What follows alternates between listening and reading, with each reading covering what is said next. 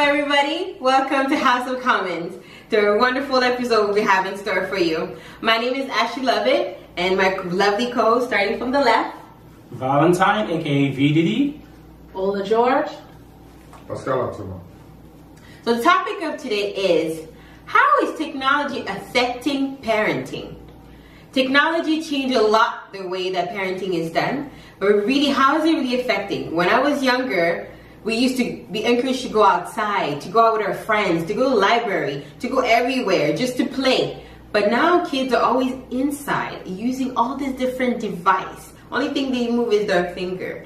So, how is it affecting parenting? All right, House of Commons. Technology with parenting. Can I go first?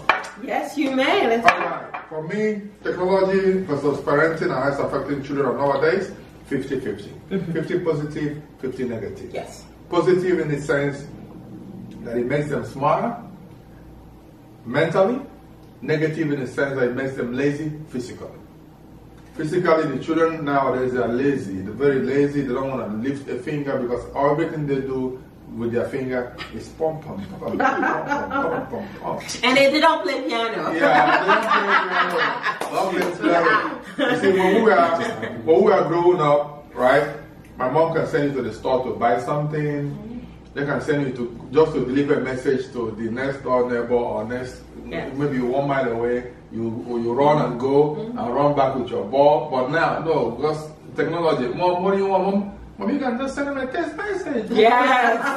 Yeah, right? it's the current. Yeah, people now, parents don't spend a lot of time with the children because when they come back from work, they themselves are on the phone. Yes. They themselves are testing. Yes. They themselves are on their Instagram, Facebook.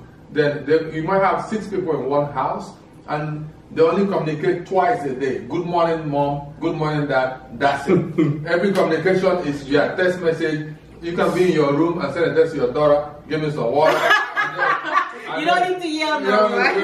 Give me some water and she goes, okay, Mom, here it comes. She's still on her phone with her friend. Hey, Chichi, what? Mom, you What are you saying? Yeah. This is thank you. And she goes, Anyway. As I was saying. Yeah, so I was saying that was my mom. She wanted some water.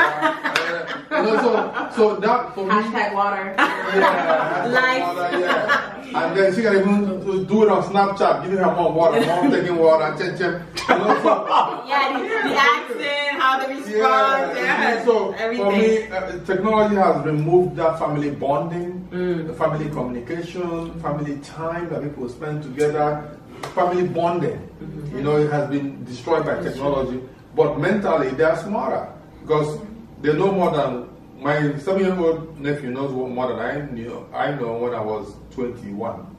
Multiply 7. You know what I'm saying? You know what I'm saying? So that's what is that's my own negative part of it and positive part of it. Okay. Go ahead. Go ahead. All right, positive points that Pascal just raised right there. I agree. So in the sense of the 50-50.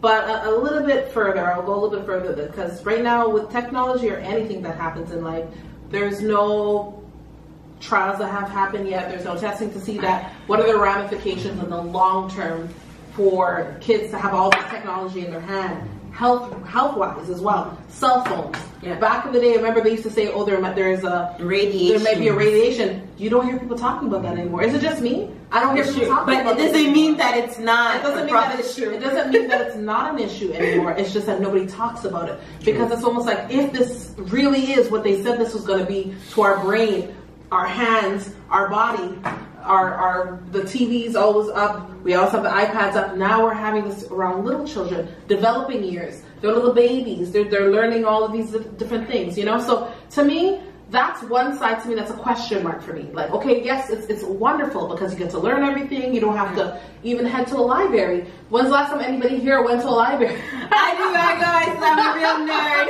Okay, one out of the four, you know? It's on Google. Right, exactly. So for me, Wikipedia. So for me, everything, I used to love going to the library, love doing research. I used to love doing like ancestry research. You have to go there to get all the old books and everything. Now, everything I do now is I just Google it, YouTube, there's going to be a documentary, there's going to be some kind of archive information I'm looking for. It's going to be there. Much less the fun stuff like Facebook, the Instagram, the Snapchat. So my second thing that I think about technology and young people is the fact that they have so much access to it. Are they really measuring what they should actually be putting out there? Yeah. First and foremost, half of them are not 18 years old, but yet they're on all of these social medias posting things they shouldn't be posting sometimes. You know, little girls, little boys taking pictures, sending it to one person. He's not going to send it to anybody else. All of a sudden, everybody in your class has it. We were growing up in a generation, we never even had to think about that. You know what I mean? Bully is so big. It's like cyberbullying. That's about bullying. Right. Which cyber and which bullying?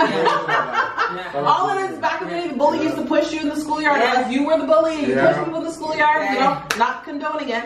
But one of the biggest things is that I just think there has to be a measuring stick. The parents is always key, whether it be the past or whether it be the present or whether it be the future. The parents is key. How much hours are the kids allowed to use it for? What means can they use it for? And their form of punishment has to be in relation to that. Yes. So, for example, you did really well. Okay, you have an hour or two, like one for homework, because now the schools actually make them almost have to use their phones in order to do the research, or their information will be behind the teachers email parents, email students. That's correct. Yeah. So just with that, so you have to give them that leeway to use it for their schoolwork, but their leisure time, you have to monitor that. And again, the same way I feel rules are very important, then the punishment for the rules have to, if the rules are not followed, then there has to be punishment that comes in. I find now the kids, because everybody's so busy, parents don't even find the time to implement punishment or implement things like this that we're discussing right now, or taking the time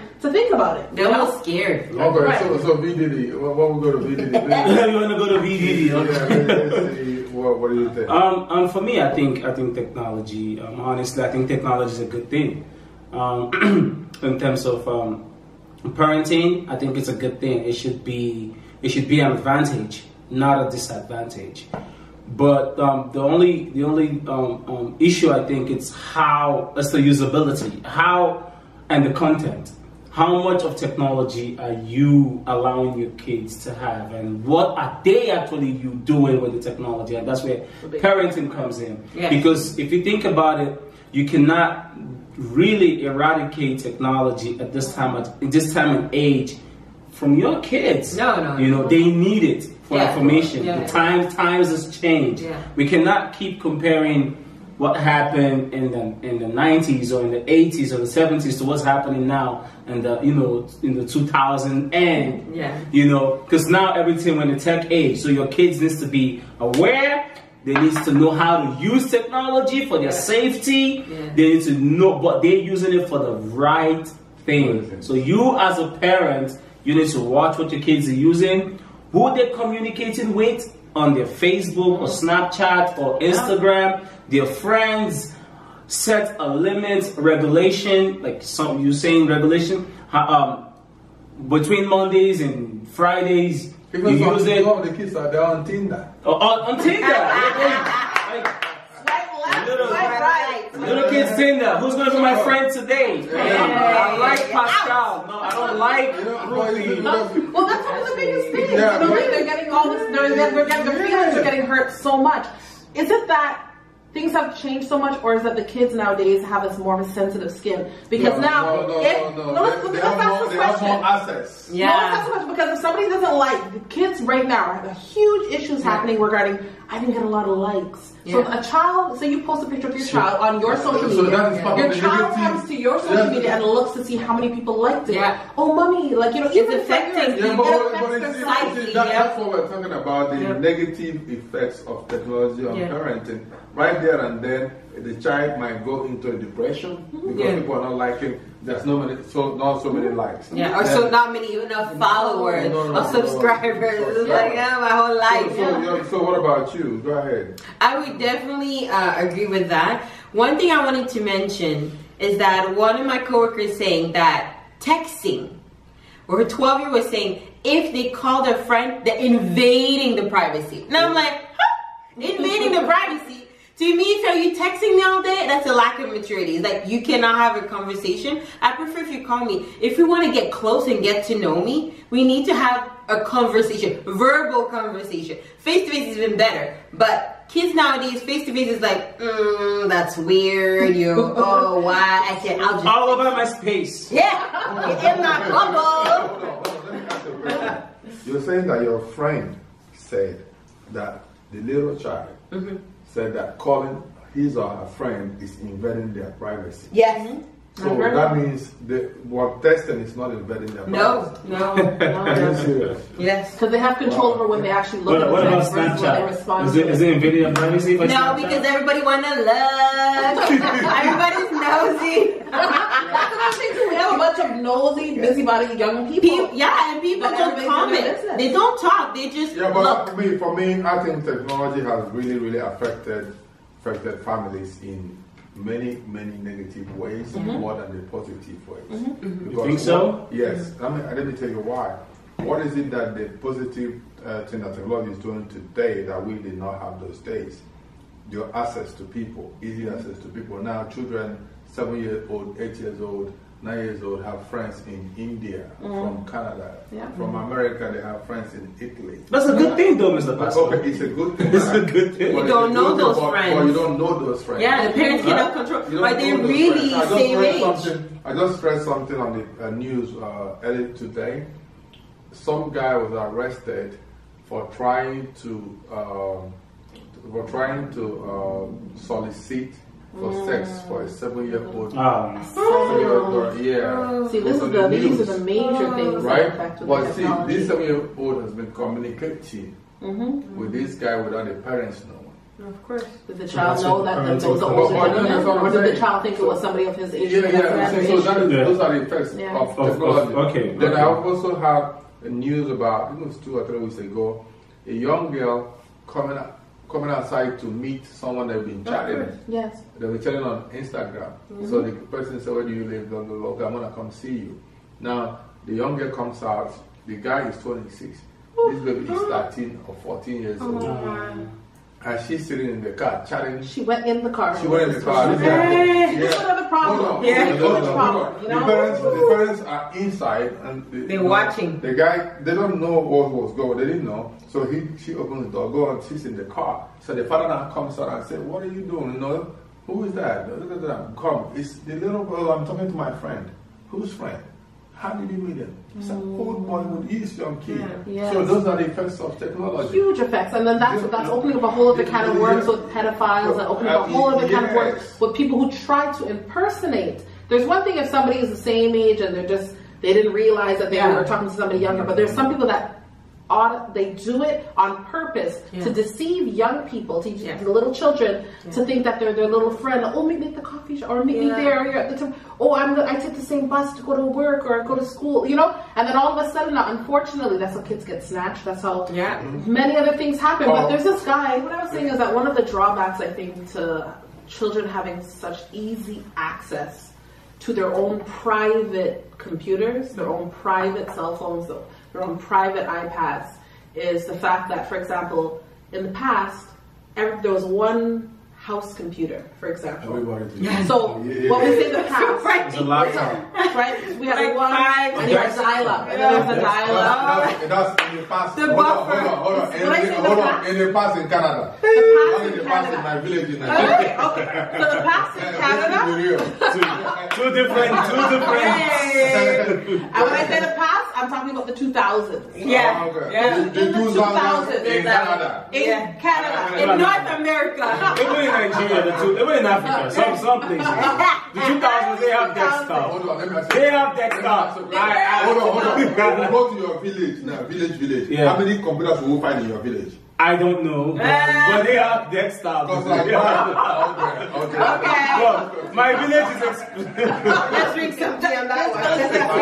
Exclusive. Let's keep it real. Though. Yeah, no, you're right. And that's the way to help everybody understand different cultures. Yeah, you know, different cultures. we have in my village. I don't know about his village. VIP.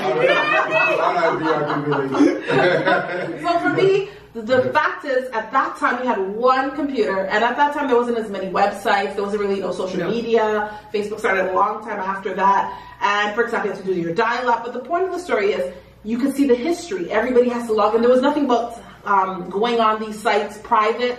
There was no, there's called incognito. Yeah. All of these things that now cause people, you could allow yourself to kind of hide, didn't exist when this technology originally came out. So children going on, and they went on the wrong site, you'll see, what address is this? Who went on this address? Yeah. And, and at that time, half of those sites weren't even up there. The sites that you would want to go to watch things that you probably shouldn't be watching. Yeah. Now, I remember there was something called the parental guidance. That stuff, that doesn't work. It doesn't work. Because kids override it. It doesn't work. The reason I say this is because just general Google, any computer the child goes through at school, from their cell phone, you just Google any topic, whether it be things the children should see or not see, and it will pop up right there. Now, my nephew, right? My nephew said the other day, he sent me another email. Then 3 days later, I got another email from him, and I go like, Uncle, this is me, I got a new email address. Then I go like, why do you keep changing email address? Uncle, they keep shutting it down. I said, how old are you again? He said, okay, I'm not sure you're old enough to have email. And he's not telling me, Uncle, no, there's one family package that you can have on Gmail where the parent can authorize him to have. I'm going like, is it? I need to speak with your mom. Because you seem to know too much about this. No, but seriously, this is really what we're contending with. I asked him a question. I said, so I know you send me emails and I reply you. Who else do you send emails? Uncle, I don't want to see emails. Uncle, I see a lot of junk people. This junk mail. So you know about junk mail? How old is he again? 7 going to 8. So I said, how can I speak with your mom? Then I called my sister. I said, we need to watch Eze and his operations. And that's the thing. Just some certain things that this boy will ask me sometimes, I'll be shocked. Because I don't even, and the terms. What surprises me is knowing the right terminology to use by every moment and anything that has to do with the internet. So I think the things for the parents watching, we have to regulate it. Yes. Taking it away from them, they are not going to die. Because some of them will cry. Cry for, like I told you about me doing a commercial with a young girl for TD Canada Trust Bank. We're shooting a commercial. She's playing my daughter. Every time there's a break, this girl will run to her. Every time I say break, and then sometimes we call and say, hold on, let me switch it off. Then I said, hey, from now, you're not touching it. They said, no, you know my daddy, you my fake daddy. I said, oh, let's talk with your daddy then. Then we'll go to the dad, and the dad said, oh, I'm not in charge. He's your daddy for today. I said, okay, that means you're under my rules and regulations now. You cannot touch it again. He said, okay, let's make a deal. I said, what deal? He said, okay, if I don't miss my lines, can I be on my gadget? Learn how to barter. Yeah, I said, this is the deal. I said, you're not going to touch it after five stops or 5 breaks. You can touch it once. Then if you do good, I will reduce it. He said, okay, that's a good deal. Then after the 5th one, I said, okay, after the first set, she went and we agreed. I said, okay, now it's 10. 10 takes, 10 stops before you touch. Before you know, she forgot about it. Yeah, there you go. So at the end of the day, then I now had a discussion with the dad. And I said, Dad, I know she's attached to this, but let her use it either 3 times a week. Give her access. Take it away from her 2 times. Because kids of nowadays, they are very lazy. How did they become lazy? Because either they're watching TV, or they're on their gadget, or they're on their phone. So their life is triangular. TV, gadget, phone, they go to school, that's it. That's their life. And the thing you just touched on a while ago, people don't talk. And the thing you touched on a while ago regarding the father is that she came to you, and then she went to the father, and then the father, she's like, no, listen to your TV father. that tells me that the father doesn't adhere to these rules. The father is not really moderating her usage, and that's really coming back. They're tired. A lot of the parents they don't know. They're just tired. But it's not even like they're just tired. Most parents, when they go to work, come back from work, they get on their Twitter, their Facebook. They themselves. You're right. That's so true. They're on their Twitter, they're on their Facebook, they're on their Instagram, Snapchat, themselves. And then when they're on there, they don't have time. So they don't have time. So I think even though technology has done good to the world now, it should be regulated for the kids. Yeah. That's my own take on it. Mr. Pascal, I'm just going to say it and it's going to walk me into my conclusion. Okay. Yes. But I think that you guys have touched on the negatives of technology, on how it's affecting parenting and the kids.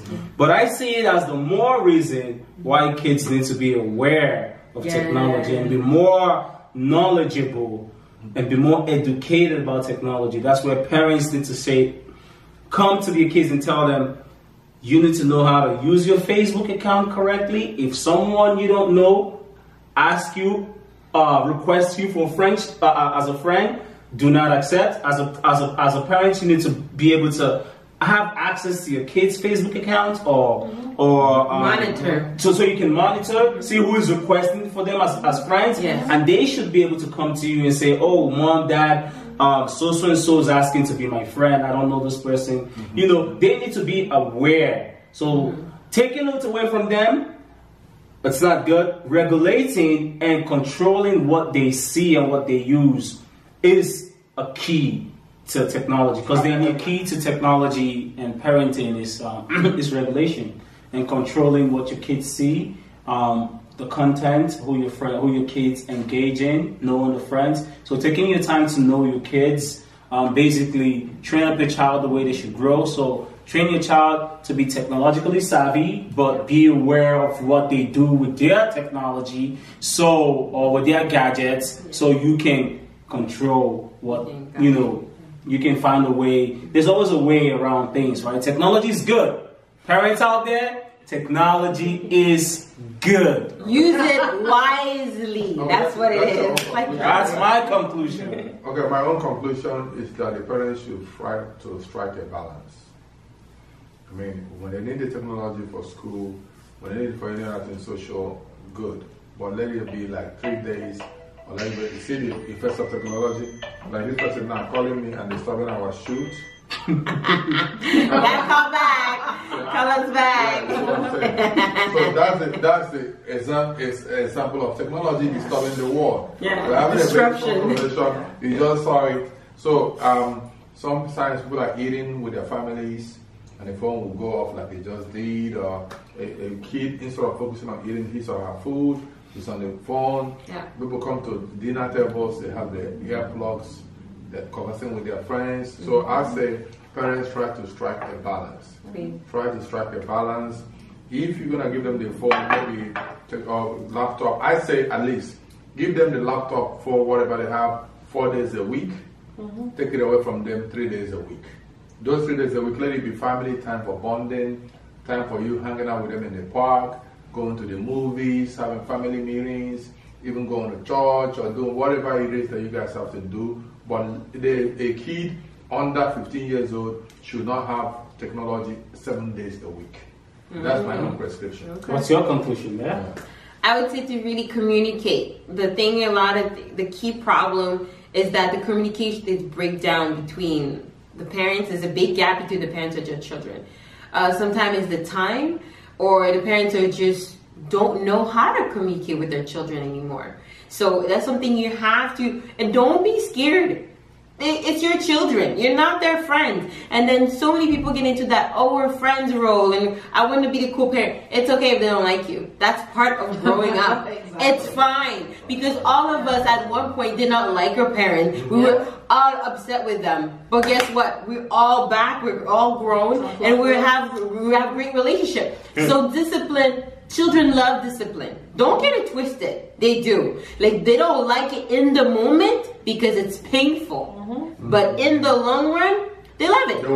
Everybody had conversation about, oh, how many beating did you get? Oh, you got beatings? Oh, I got beatings too. Oh, we all had those conversations. Kids nowadays don't know those conversations because, oh, I'm gonna call the social people. Or if somebody raises their voice a little bit too loud, it's like, excuse me. You know, my mother would say, call them. Right? My mother would say, listen. But that's the biggest thing. That's another issue. So just kind of rolling from what you're saying, I'll go into my conclusion is, again, parents. Yes. The key is, if your child dares to tell you, I'm about to call somebody, tell them to call. Go ahead. Who's parenting now? Who's the parent and who's the child?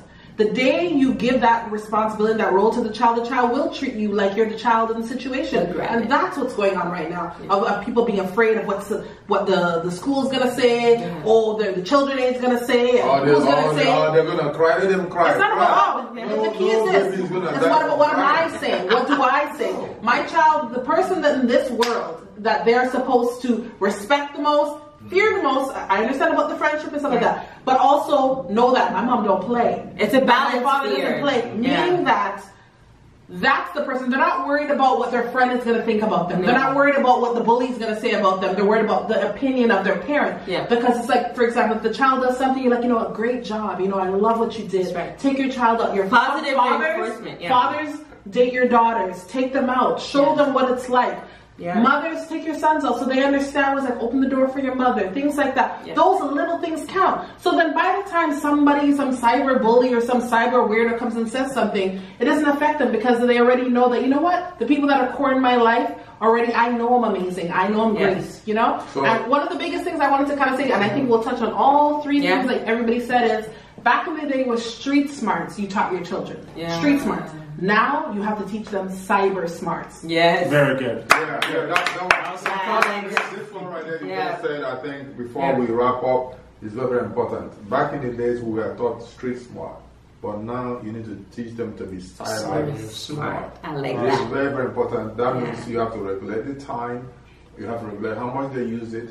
You have to regulate what they do with it. And you need to know their age. Their age before you give them access to this technology. And with that as a house of commons. Like, comment, subscribe, guys. Don't hesitate. Be part of this conversation with us. What do you think? What did your parents do? If you're a young one, tell us. Give us your opinion. It's a big open room.